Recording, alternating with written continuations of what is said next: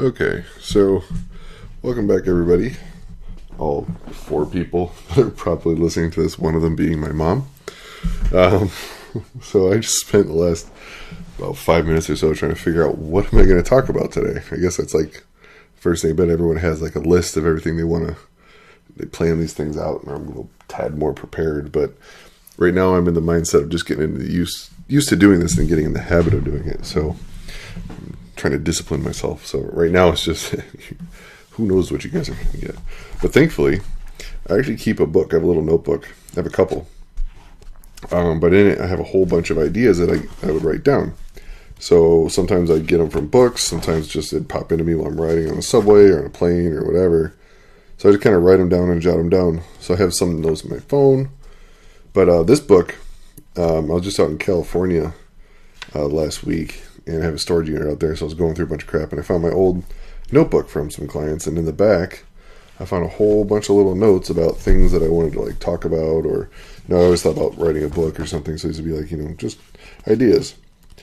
So I guess that's one thing is, I've one habit of mine over the years has always been, as I have a good idea, or I should say whether, I think it's a good idea, I write it down. So I'm just going to go through some of these, and if one of these sounds interesting, I might stop and talk about it a little bit. I don't know. Let's see what we got here. So, reframe a negative into a this is just bad English, but it says reframe a negative into a positive. So, what this one is, this is something that I do a lot when I realize to myself that I'm getting caught up in an argument or just I realize that I'm going down the wrong path, kind of a thing with a problem that's in front of me. So a lot of times, something bad happens. So like, either client fires me, or I'm getting sued by somebody, or I have someone trying to take over my company or whatever. There's all kinds of bad shit that goes on in the business world that you got to deal with. But every time that happens, I always try to. I literally will take a step back. I will move my foot backwards. I will take a step back. I'll close my eyes, and I kind of do this thing with my hands where I kind of go, trying to say, like, how you say, like, I once caught a fish this big. So I kind of do that with my hands. I close my eyes, and I take a deep breath, and I go, okay, how can I make this a positive situation? So instead of sitting there focusing on the negative that just happened, which is, it's impossible not to, especially when it first happens, Like I had a company where two of my partners, they tried to basically take over my shit. And when I found out, it was, you wanted to flip and chew them out and fucking, sue them, all kinds of emotions run through your head. But, for me, it was okay, this is one of those times I need to really reframe and make better judgment and with the decisions that I'm about to make, because it's a very serious situation. Because think about it, if you have a problem presented to you where it causes that much emotion to where you lose your shit, or you can't even remember the last thing you were talking about, or it's just it completely focuses all of your attention on it. And that, for me, I don't know about most people, but for me, it's my mind's in a million different things at once. I feel like I might have ADD, but I'm just really good at managing it.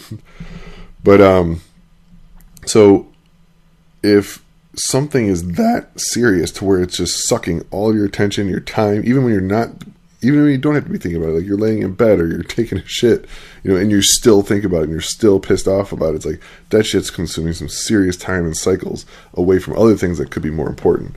So whenever I catch myself in these loops of, like a downward spiral, or just feel bummed out or pissed off or whatever it is, just something that's not positive, it's not something that's working towards something, but it's working away from something. The first step, I guess, would be to notice that it's happening and really pay attention to your emotions, especially when in business, because emotions need to be checked at the fucking door. They have no place in business whatsoever. It's business. It's cold, calculated. It's brutal. So when I make this reframing thing, I physically make a step back. Then again, this goes back, I talked about it a little bit earlier, maybe I'll talk about it some other time as well, but this is another NLP thing. And it's basically you're rebooting your subconscious. So when you physically take a step back, you're actually physically removing yourself from a situation that you were just in. Like your body feels, a change. And at the same time your body feels a change, you're blanking out your mind and you're resetting your rhythmic pattern with a deep breath. And you're making a weird hand gesture that basically tells your whole body and mind, including your subconscious, to pay attention to yourself and not pay attention to whatever else is going on in the world. So it kind of blocks out the world for a second. And in that second, you have a moment of clarity of going, oh, you know what? This is some bullshit that's dragging me down. I need to reframe my mind. And now when I'm doing that, first question to ask is, how can I turn this into a positive? What's the positive situation that's coming out of this that I'm just not seeing because I'm too wrapped up or too emotional or too personally tied to this thing?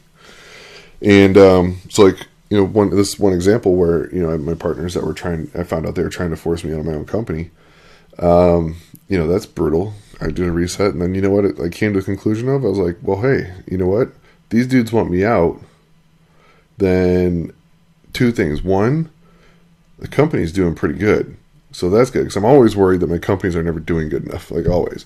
But if someone's willing to fight and do some shady shit or take me to court or whatever they got to do to try to kick me out for some reason, then this company must be doing pretty well. Because why else would you go through that much fight? So it's like, okay, cool. So that's good. So now that's one less thing I need to worry about. That's a real worry, which is the stability of my company. Well, apparently it's doing good. Obviously, the management from the top is going to be a problem. And then the next thing is, it's like, okay, well, what else is there? Well, they want me out so bad. Why do they want me out? Is it because they want to control the company? Do they just not want to work with me? What is it? And when I really take a think about it and look back over the last year or 2 years, whatever, how long it's been at the time, I really started to see that we really never got along. And the more I look at it, the more they just don't want to work with me because they have a very difference of opinion on how to run a business. They were the investors in one of my companies, an older company, and they inherited their business. They're born into it, and they're multimillionaires, whatever. But they never built it from the ground up. You know what I mean? Like they never had to sling shit to get where they were. So there's a huge difference in the mentality of entrepreneur from the one that started from nothing and built it and struggled his whole life versus the ones that were just handed it. I'm not saying one's better than the other. I'm just saying there's a very huge difference in the mentality on how to approach things. So it's kind of like one has the street smarts and the other has the book smarts, even though it's not a direct comparison, but it's one of those things. It's just there's a very big difference. Neither one's bad or better than the other. It's just they're different. So because of that, we had very differences of opinions on how to run a business. Just for my own little footnote, when I was running the business, we were doing awesome and having record profits and just fucking killing it. And then when they thought they knew better, they tanked the business and put us $1.5 million in debt. But I'm not going to talk too much about that. Anyway, so the next thing I realized was that, it wasn't that they really wanted to take the business over. It was just that they just didn't really want to work with me anymore. So then I proposed to them, hey, what if I buy you guys out? Well, you guys, I'll find another investor, I'll buy you guys out, and then you guys go do whatever you want to do. And you know what? They loved that idea. And that's what I did. So I turned a negative situation, spun it into a positive, and wound up regaining control of my company, have a much better partner because we're both on the same page, both self-built, lessons learned there in both parts. And it didn't have to go south and super sour real fast. So, even when things look completely horrible and there's no way out, just take a step back, reframe your mind, and try to figure out what the positive is. Look for that angle. If you're an entrepreneur, you're always looking for the angle anyway, no matter where you are. You go on your lunch break, you stop at Burger King, you're probably running the fucking margins standing at the counter. I mean, I know whenever I go to like a mall or something, I get dragged in someplace, and when I'm just like killing time because I don't want to be there, I'm always running calculations in my head to see how these businesses work that I'm in. So like if I'm at the mall and I run into, I don't know, like a candle store with my girlfriend, and we hit up this candle store, they have cool candles shit. But as soon as I pick up a candle, and the first thing I do is I look at the price. And it's like a candle, $14. And I'm like, holy fuck, that's expensive. I'm like, but is it? I'm like, fuck, dude, I don't know. I don't fucking buy candles. I have no idea what the going rate of a candle is or what's involved in making a candle. But realistically, then, this is when you start, breaking it down, right? So it's like, well, how much does this glass make? Well, I know how much glass jars cost to make because I've had them made and ordered in bulk and in small quantities in the U.S., domestically, in China, etc. So I know, depending on how much they were to buy, what your price point is going to be. So for these jars, you're like, shit, this is probably a 30-cent jar, because they're definitely manufactured in bulk. So the jar is 30 cents. The sticker label, actually, you know what's interesting? The packaging of products sometimes could be more expensive than the product inside it. Just something to think about. Like, when you look at something, the packaging can be insanely expensive. If there's a magnet in there, fuck, even more expensive. It's like little things. It's crazy. You don't really realize it until you start doing it. And I guess that's why you kind of see it everywhere. So anyway, so there's a jar for the glass, and then we have the sticker on the front of it. So a sticker, in wholesale is probably 5 cents for the sticker. And then we got the candles, just wax with a fucking wick in it, right? So, I mean, this is the part where I don't know. And, they got some aromas in there. That's probably a couple more pennies for that. So let's just say on the high end, the actual wax and wicking and the process of melting it and putting it all in, let's say it's like $1.25, $1.50. And then we throw a lid on top. There's probably another 10 cents. If it's super fancy lid, And then we have a box that it might come in. There's a couple more bucks. So anyway, I'm factoring all these dumb shit in. So basically, I'm like, okay, so this candle probably costs about $2, maybe $2.50 to manufacture. Let's say $2.50 to manufacture all in. This includes some marketing costs in there. So now this candle is $2.50. Now they ship it over to the States. They're going to charge them $5. Okay, cool. So now the stateside people are like, hey, we're going to pay $5 for it. So then when it gets to the stores are going to pay $10 for them. So it's like, okay, so they're doubling up from there. So yeah, so if someone wants to charge $15-$20 for a candle, I totally see how that happens unless they're making those candles themselves. So that's when I go, okay, this candle's worth it. Actually, that's probably when I go, okay, I'll smell the candle to see if it's worth it. But I'm always factoring costs like that in everywhere I go. It was funny, it was just yesterday, I took my kids to this place here in Long Island called, what the hell was that place called? Laser Bounce. It's, like an arcade and bounce house ball pit with laser tag, and, every video game's $1 and gives you a ticket that's worth fucking nothing when you spit out, those places. So we went there and I met up with my buddy Joe. He's been partnered with me in a bunch of crazy business ideas, and I was trying to get him on the phone tonight, but it's late. It's like midnight, so he's obviously out. So I'll get him on one. He wants to be on this too, so it's gonna be fun. He's a very high energy person. Well, anyway, so we're at this laser bounce place. My kids are running around like fucking little terrorists, and Joe and I start having a debate about how this place is ripping kids off. So Joe's like, dude, this place is ripping kids off. I'm like, what? He's like, well, didn't you see the thing? It says that they're being green, so each ticket's worth 2 points, or 2 tickets. So this way they only have to print half of my tickets. I'm like, yeah, obviously the Be Green's a bullshit move. They're just doing it to save cost. Well, yeah. Well, he's like, yeah, but dude, like my son just was over there playing on this thing and he won 25 tickets, but only printed out 24. I'm like, are you fucking kidding? You counted? He's like, fuck yeah, I counted. So he counted out the 24 tickets. He did it again to make sure it wasn't an error. Yep, every time it's an odd number of wins, you get the even rounded down. He's like, this place is screwing a kid out of a fucking ticket. I'm like, dude, I get it. Like, trust me, I mean, I see the scammy part and it pisses me off, but like, not that much. I'm like, dude. He's like, no, fuck that. I'm like, come on, what? It's like half cents? It's probably about a penny and a half, maybe 2 cents a ticket. And I'm like, I doubt that. It's gotta be probably less. Or no, I think I went higher and he went lower. Either way, whatever. And I'm like, okay. He's like, well, you know what we got to do. So we both walked over to the counter to where you buy the dumb shit with the tickets. And we're looking at all the different items. So we start at the low end ones. Okay, so the little plastic spring top, they have that going for 10 tickets. So let's say if you were to buy that, that's probably what, 10 cents? A 10 cent top? So, okay, so then each ticket's worth a penny. He's like, yeah. He's like, okay, I'll buy that. And then we start factoring, and then we start looking at the mid-range things. It's like, well, maybe they're worth a little bit more, but not too much. So it looks like they're really making their money on the margins on the little things, those 5, 10, 15 ticket items. They cost them a fraction of a cent each, realistically, and they're turning around and getting, good money for them. But then the middle ones are not making as much, but they're probably assuming people don't have that much in many tickets to really buy that many of them. And then we looked at the super high ones. Then you have in the case in the back is the PS4 with Call of Duty Special Edition, and it's 375,000 tickets. We're like, wait a minute, 375,000 tickets. So if we were to take that back to like a penny, now we're looking at there's no way. Like the cost factor on that would be insane. So no one's going to have 375,000 tickets. So it's like, yeah, well, obviously those are put there just to entice kids. Like, oh, look, this could be yours one day. It's that thing that will, they'll never get, the untouchable item, but they're always shooting for it and hoping one day they're going to spin that one thing and get 1,000 tickets and do that 375 times. I don't fucking know. But yeah, so that's what, I'm not the only one apparently. So yeah, me and Joe do this all the time. Whenever we're anywhere, we're always figuring out the business model and the margins, and is it worth it, and is this something we should look into getting into because it's working. It's like, it's fucking just weird. It's like a hobby. I mean, a couple weeks ago we were at a place. The fuck was it? It was like one of those trampoline indoor house bouncy house things. So we brought our kids there to play. Kids are running around, fucking like monkeys on acid, and fucking me and Joe are just sitting there eating popcorn and going, "What do you think the rent is on a place like this?" Man, yeah, it's probably pretty cheap because we're in an industrial zone. But dude, the power bill, like there really isn't much going on. I guess some sound systems, the lights and shit. But the AC in the summers, this place is fucking huge.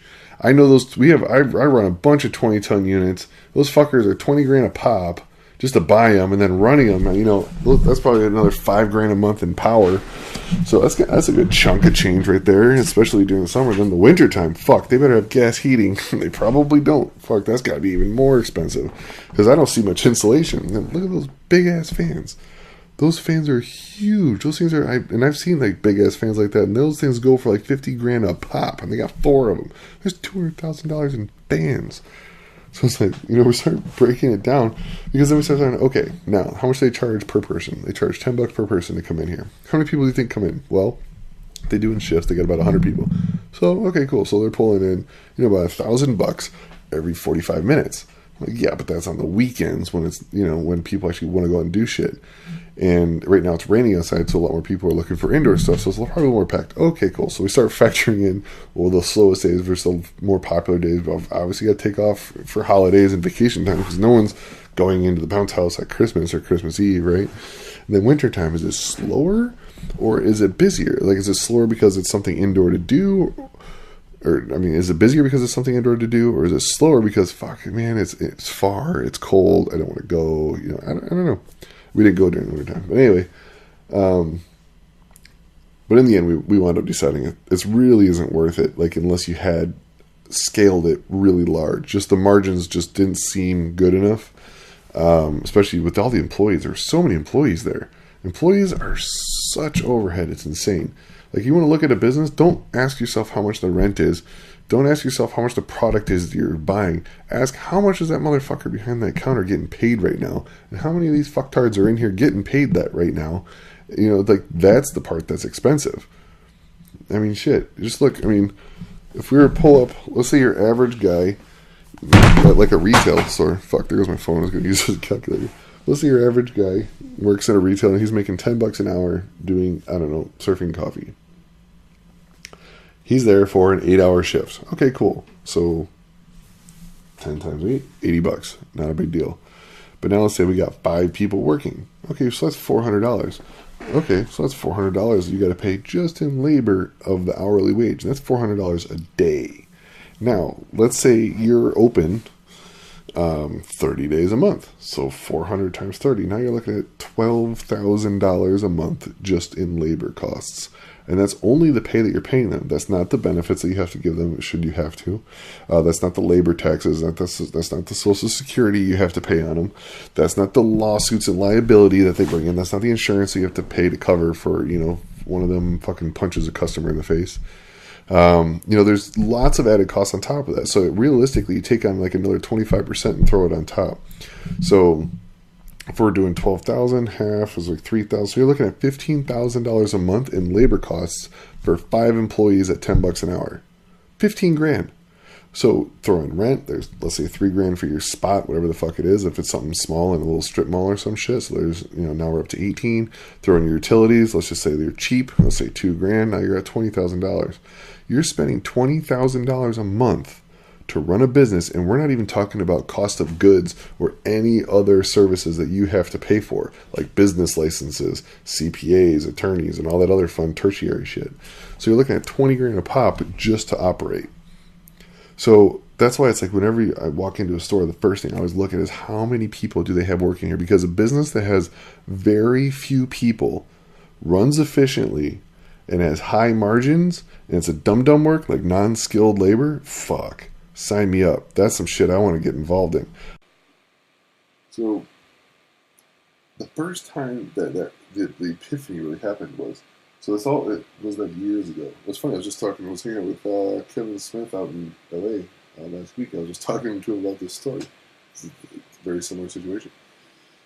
So I have a tattoo shop down in Puerto Rico, and one of the problems with tattoo shops is you heavily rely on skilled labor. Meaning, if you don't have a really good tattoo artist, a bunch of them, you're not going to make any money.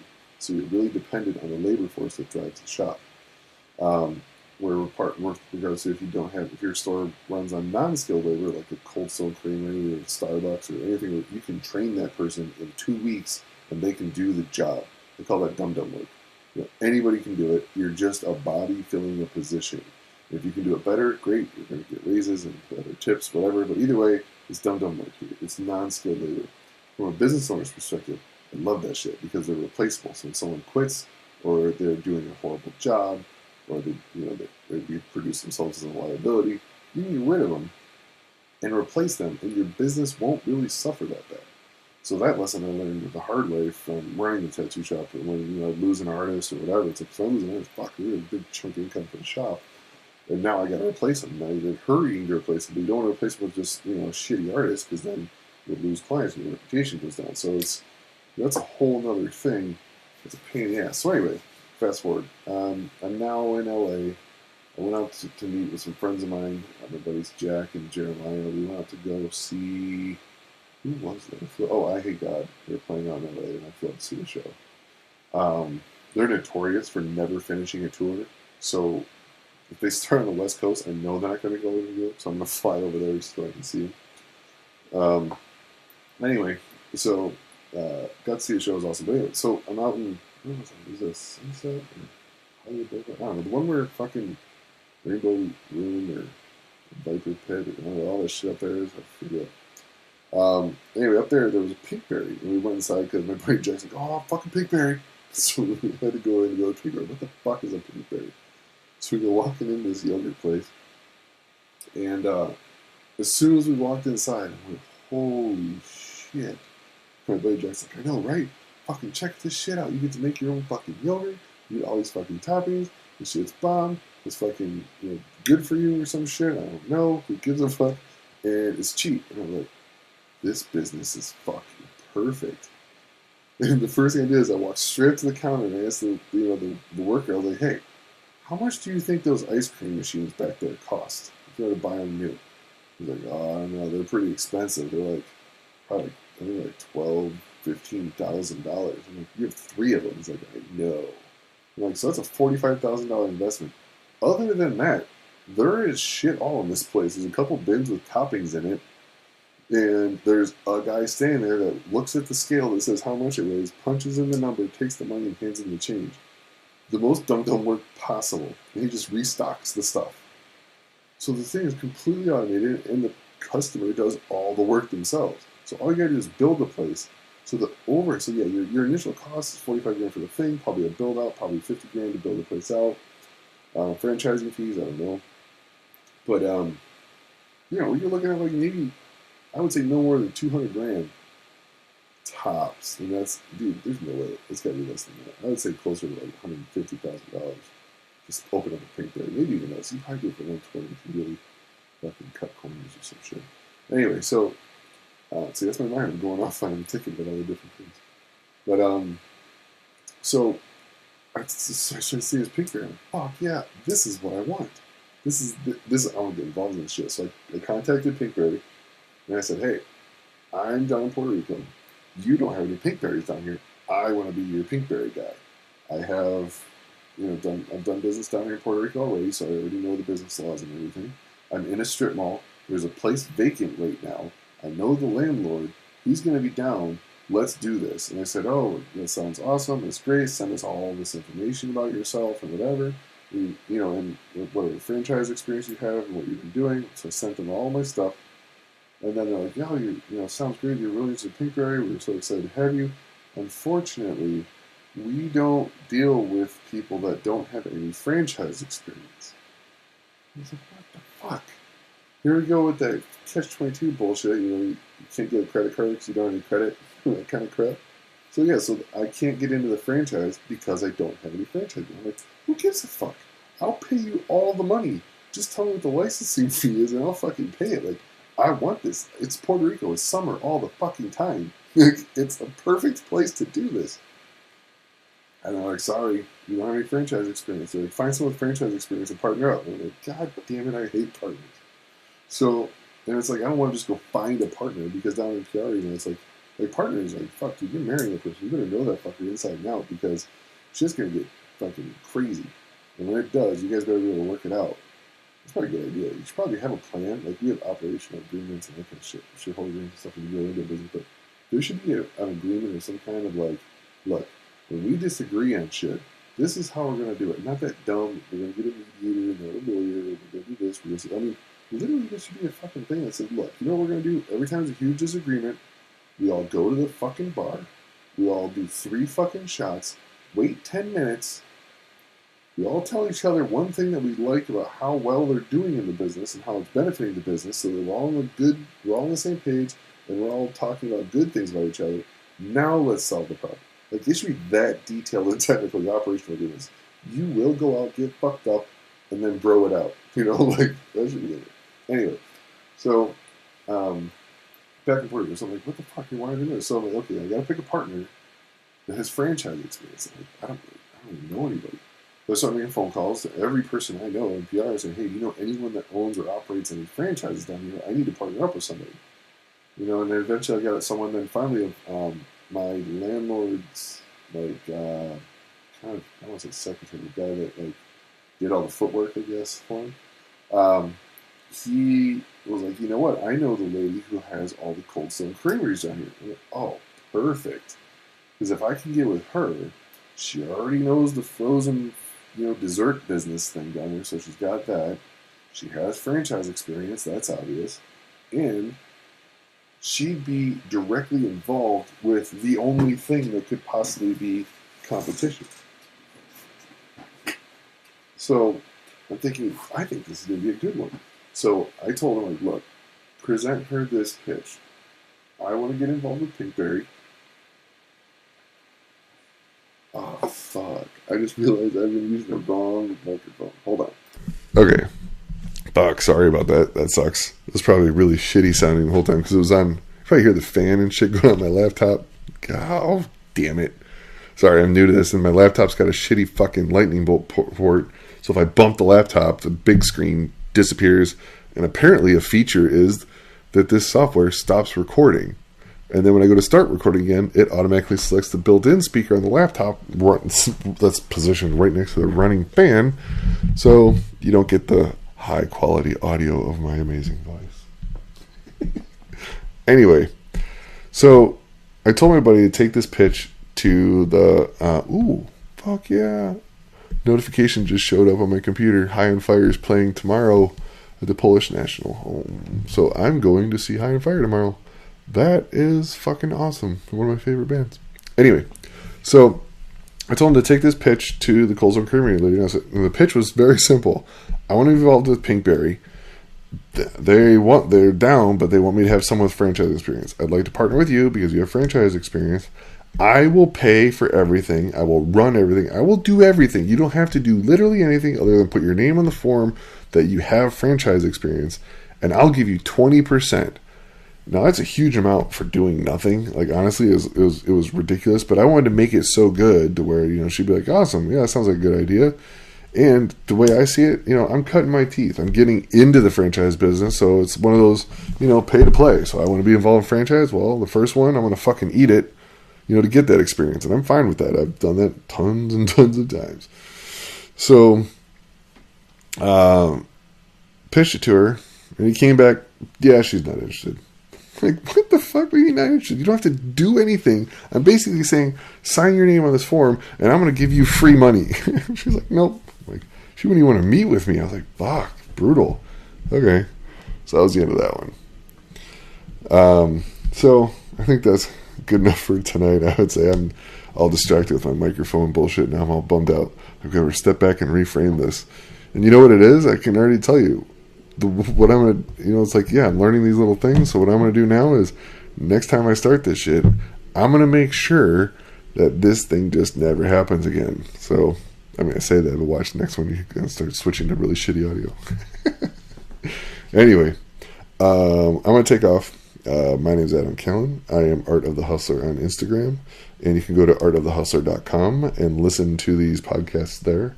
I'm also publishing them on YouTube. There is no video, so I don't feel there's a need to stare at my face while I talk right now. I'm trying to get this stuff into iTunes and the Google Play podcast stuff. It's under review. I don't know how long it's going to take, but I'm guessing a while. Oh, man. If you made it this far, I congratulate you. You're probably one of 4 people that's listening to this, and it's probably my mom still. But if you have any questions, or if you want to know, or you want me to talk about a specific thing, let me know. Hit me up on Instagram. Just comment on posts, or maybe even on the website. I guess I don't even know if comments are on or not. Anyway, sorry, I'm mumbling. But yeah, the more controversial, the better. I love that kind of shit. And if there's something business-wise you want to know, I'd love to talk about that too. It's funny, as I'm looking at my notebook, I was like, yeah, I'm going to burn through this notebook. And I'm just going to go through these and find a good one. I started at the first one. Reframe a negative situation into a positive. Well, that was page 1. Page 2, I stole this out of a book for sure, because I didn't come up with this. Brains. Bring random amazement into normal situations. I wish I would have remembered what book I read that from, but maybe that is what I'll talk about tomorrow, because that is how you win a customer for life. See you guys.